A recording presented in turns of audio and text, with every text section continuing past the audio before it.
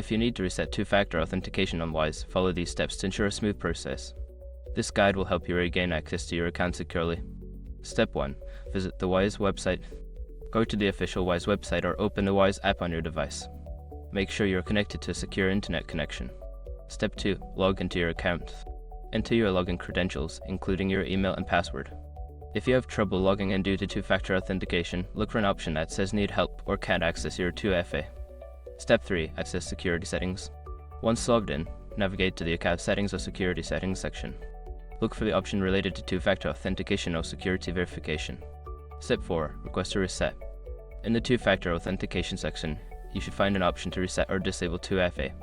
Follow the prompts, which may include verifying your identity through email or phone. Step 5. Set up two-factor authentication again. After successfully resetting, you will need to set up two-factor authentication again. Choose your preferred method such as an authenticator app or SMS and follow the instructions to complete the setup. Once you have completed these steps, you should have successfully reset your two-factor authentication on Wise.